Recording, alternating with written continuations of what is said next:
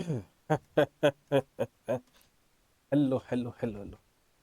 और मेरे प्यारे बच्चों, मेरे भाई और बहनों और मेरे प्यारे प्यारे दर्शकों, एक बार फिर आपके अपने चैनल मैथ्स की बात में आपका बहुत ही जोरदार, दिल से बहुत ही तकड़े वाला स्वागत है। और इसी स्वागत के साथ क्या कीजिए, इसी स्वागत के साथ स्वागत कीजिए एक्सरसाइज 9.5 के क्वेश्चन नंबर 9 का। जी हाँ, एक्सरसाइज 9.5 पर हम पहुंच चुके हैं और एक्सरसाइज 9.5 का क्वेश्चन नंबर 9 न्यू एनसीईआरटी के अकॉर्डिंग, ना कि ओल्ड एनसीईआरटी के अकॉर्डिंग, न्यू एनसीईआरटी के according.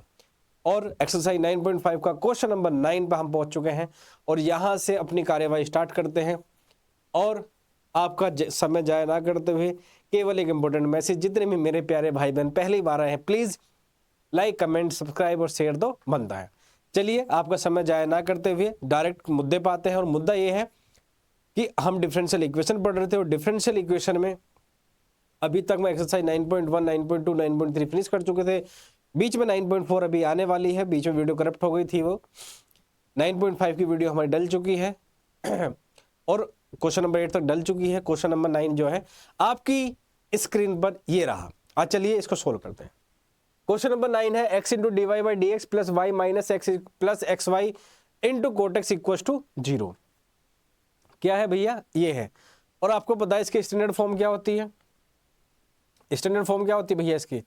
Standard form of linear differential equation होती है p y equal to q. इसका मतलब यहाँ पे क्या होना चाहिए? डी वाई के साथ में एक्स, डी वाई के साथ में क्या होना चाहिए? एक्स नहीं होना चाहिए, तो एक्स को हटाना पड़ेगा। तो सबसे पहले एक्स को हटाऊं वहां से। वैसे भी एक्स को हटाने देना चाहिए लाइफ से और मैथ से भी। जैसे ही हटाऊंगा यहाँ पे क्या आएगा सर? Y by x. यहाँ पे क्या आएगा भैया मेरा? -1। यहाँ पे क्या आएगा भैया मेरा? वाई और कोटेक्स और इक्वल टू 0। सबसे पहले जरा काम करो, इस इंटरनल फॉर्म में कॉन्स्टेंट की कोई जरूरत नहीं है। यहाँ पे ये बार बार कहाँ से ब्लिंक कर जा रहा है, इसको उधर भेजो। सबसे पहले तो plus y by x plus y cot x is equal to 1। और यहां से भी जो है मेरे प्यारे भाइयों और मेरी प्यारी प्यारी बहनों, इसमें से y कॉमन ले लो। यहाँ पे बचेगा 1/x प्लस का कोट एक्स और यहाँ पे 1। अब इसको कंपेयर करो, किससे कंपेयर करो? इस वाली फॉर्म से। तो आपको दिखाई दे रहा p कितना आ गया मेरा भाई?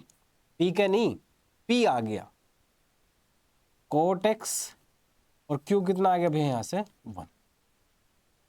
और आपको बहुत अच्छे से पता है सर, हमें क्या पता है?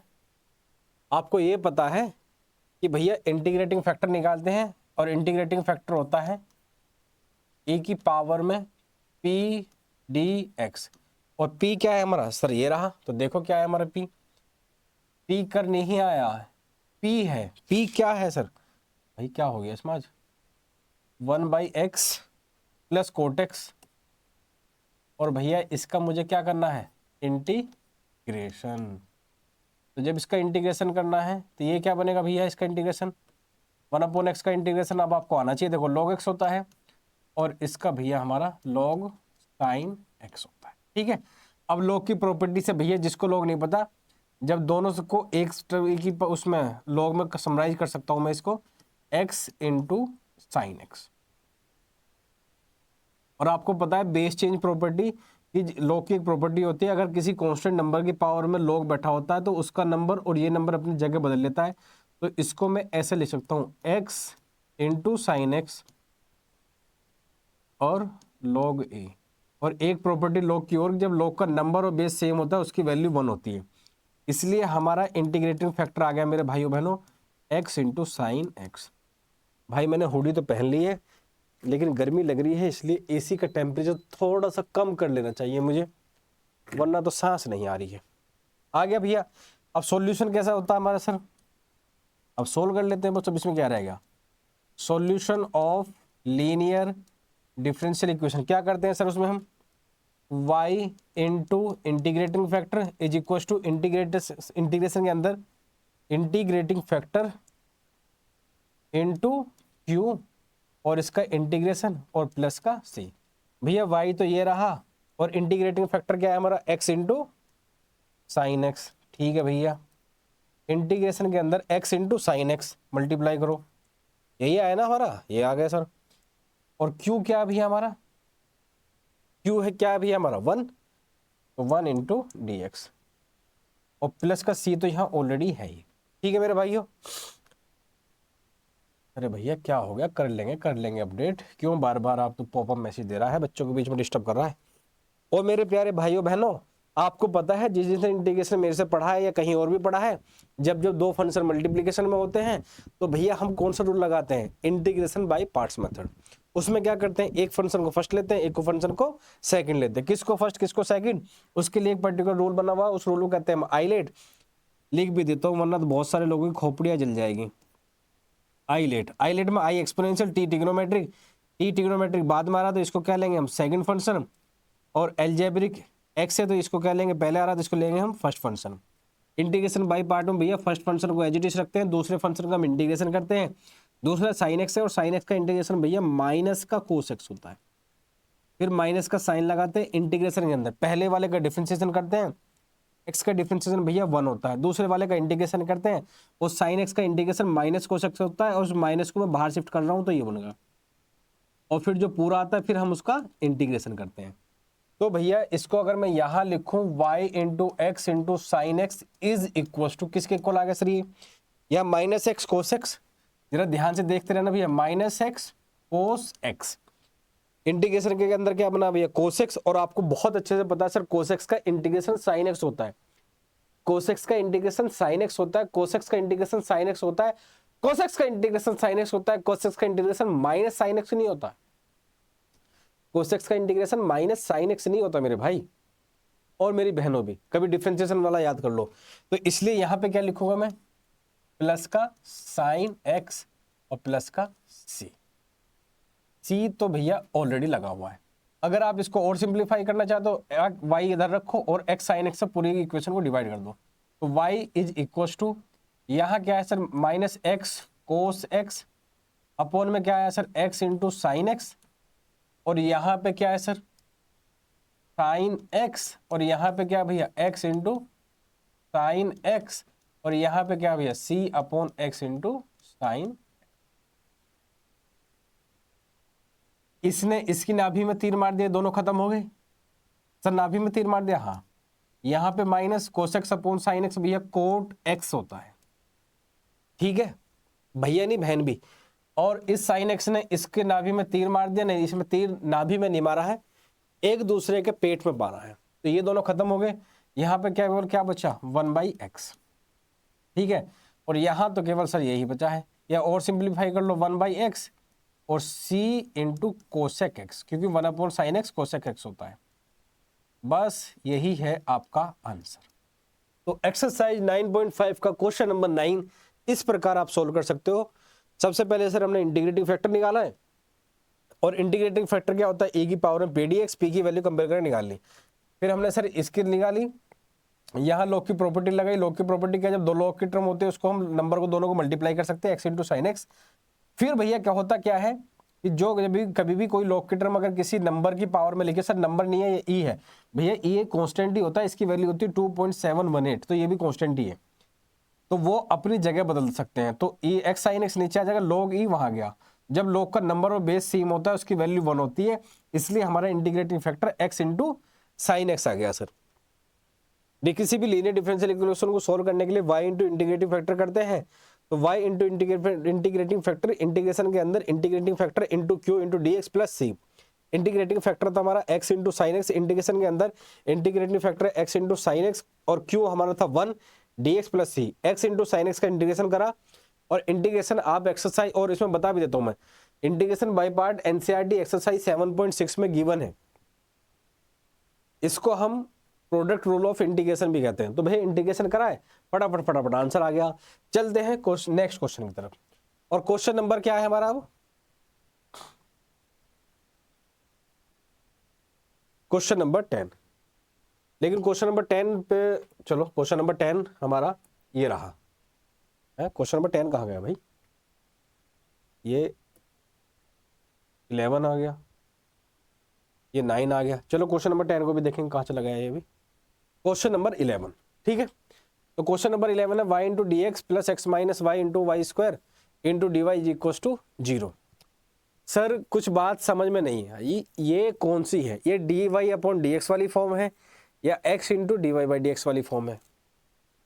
वैसे तो जो मेरे से पहले से पढ़ रहे हैं मैंने उनको बता रखा है कि जहां एक बार y आ रहा हो तो वो d y by d x वाली फॉर्म होती है, जहां एक बार x आ रहा हो, x एक ही होनी चाहिए, ज्यादा होने ठीक नहीं है सेहत के लिए वैसे भी जहां पर x एक बार आ रहा हो तो वो d x upon d y वाली डिफरेंशियल इक्वेशन होती है। तो चलिए देखते हैं क्या है ये। तो भैया d x upon d y बनाने के लिए इसको ऐसा करो, y into d x is equal to minus x into y square into d y. इसको ऐसे लिख सकता हूँ मैं सर, बिल्कुल लिख सकते हैं। और y into d x upon d y is equal to को मैं लिख सकता हूँ माइनस के अंदर मल्टीप्लाई करके वाई स्क्वायर माइनस एक्स, बिल्कुल लिख सकते हैं सर, बिल्कुल लिख सकते हैं। D y by d x plus p y और d x y d y plus p x, और इसको यहाँ ले आओ भाई। अब सर माइनस एक्स को इधर लेकर आऊँ या इसको लेकर आऊँ, अभी बताता हूँ किसको मैं लेकर आ रहा हूँ और क्यों लेकर आ रहा हूँ। वैसे तो आप जान गए होंगे plus x equal to y square, क्यों सर इसको आप इधर क्यों लेकर आए अभी बताता हूँ। क्योंकि मुझे कंपेयर करना है इसके स्टैंडर्ड फॉर्म से, और जब d x upon d y वाली फॉर्म आती है तो उसमें एक्स आता है ना कि वाई, क्योंकि पी एक्स होता है पी वाई नहीं होता इसमें, अभी लिख के भी दिखा दूंगा। तो इसको यहाँ से वाई तो होता ही नहीं है इसके साथ में, तो सबसे पहले इसको हटाओ। और ये कब हटेगा सर, जब वाई से डिवाइड करेंगे। तो जैसी पूरी इक्वेशन को वाई से डिवाइड करूँ ये हट जाएगा। यहाँ क्या बन जाएगा भैया, x by y is equal to y square upon y, क्या बन गया भैया हमारा वाई।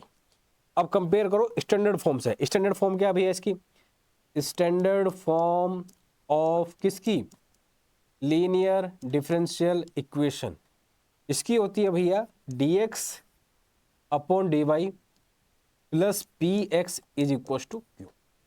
अब देखो x के साथ क्या है सर, यहाँ पे 1 बाई वाई है, तो भैया p आ गया मेरा 1 बाई वाई।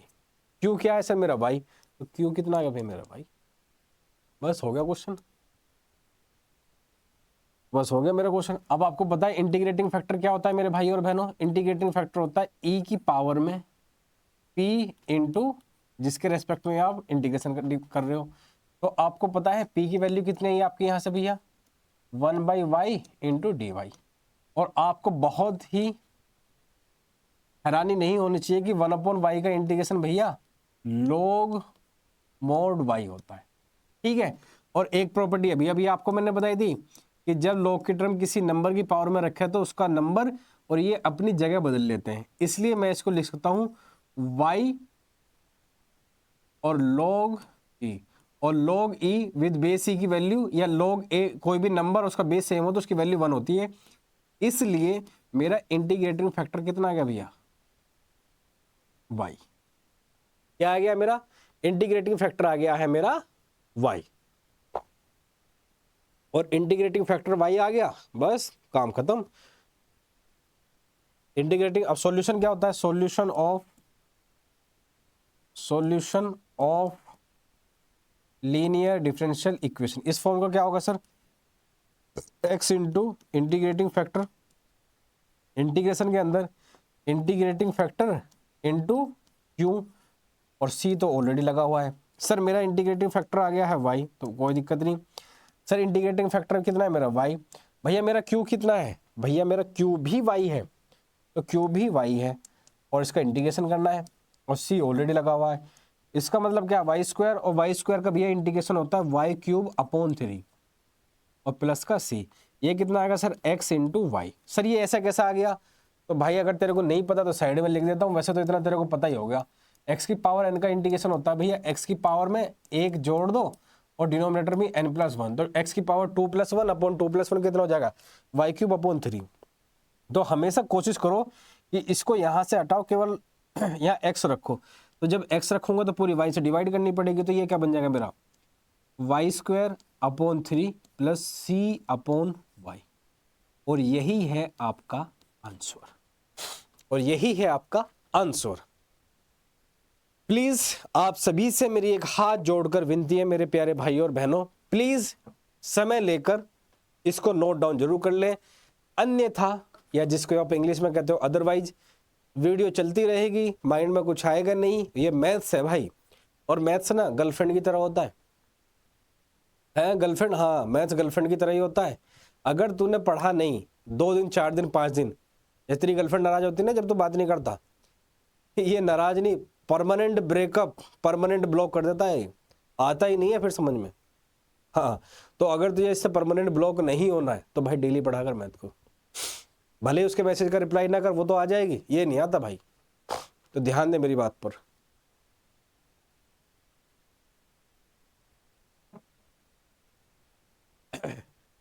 और इसी के साथ हम चलते हैं नेक्स्ट क्वेश्चन की तरफ। और नेक्स्ट क्वेश्चन हमारा क्या है? नेक्स्ट क्वेश्चन है हमारा question number 12। Sir question number 12 क्या है भैया? यही है क्वेश्चन। और जैसे मैंने बता रखी है, dy बाई डी एक्स वाली फॉर्म होगी या dx वाली dy वाली फॉर्म होगी। ध्यान रखो, जब dy बाई डी एक्स वाली फॉर्म होगी उसमें y एक बार होगा। एक्चुअली बच्चे बहुत कंफ्यूज रहते हैं कि सर ये dy बाई डी एक्स वाली फॉर्म बनेगी या dx बाई dy वाली फॉर्म बनेगी। तो मैंने आपको बता रखा है कि अगर dy बाई डी एक्स वाली फॉर्म है तो ध्यान रखना उसमें y वाली एक ही टर्म आ रही होगी 99% केस में। और अगर वो dx बाई dy वाली टर्म बन रही है, फॉर्म बन रही है, तो ध्यान रखना उसमें x एक बार आ रहा होगा। सर यहाँ पे x एक बार है, 2 बार? सर x एक बार है, और x तो जीवन में एक से ज्यादा होने भी नहीं चाहिए। इसलिए ये फॉर्म कैसी है? dx upon dy। सर यहाँ तो dy बाई डी एक्स वाली, तो भाई इसको कन्वर्ट करना पड़ेगा। कन्वर्ट करें कैसे करेंगे जरा देख मेरे भाई। इसको लिखूंगा मैं x plus 3y² is equal to y into d x और अपॉन में dy। ऐसे लिख सकता है तो नहीं लिख सकता? बिल्कुल लिख सकते हैं सर, क्यों नहीं लिख सकते। तो y into d x upon d y, ठीक है sir, minus x is equal to क्या होगा सर 3y²। और तेरे को पता है dy बाई डी एक्स हो या dx अपॉन dy हो, उसका कोफिशिएंट कुछ नहीं होता, 1 होता है। इसलिए y को हटाना पड़ेगा। और यहां से सर उस वाली y को और ये वाली y को हटाने के लिए सर पूरी इक्वेशन को y से डिवाइड करना पड़ेगा। जैसे ही y को पूरी इक्वेशन को तो y से डिवाइड करेगा तो ये dx upon dy, dx upon dy minus का dx upon dy, dx upon dy, ये क्या हो गया भाई?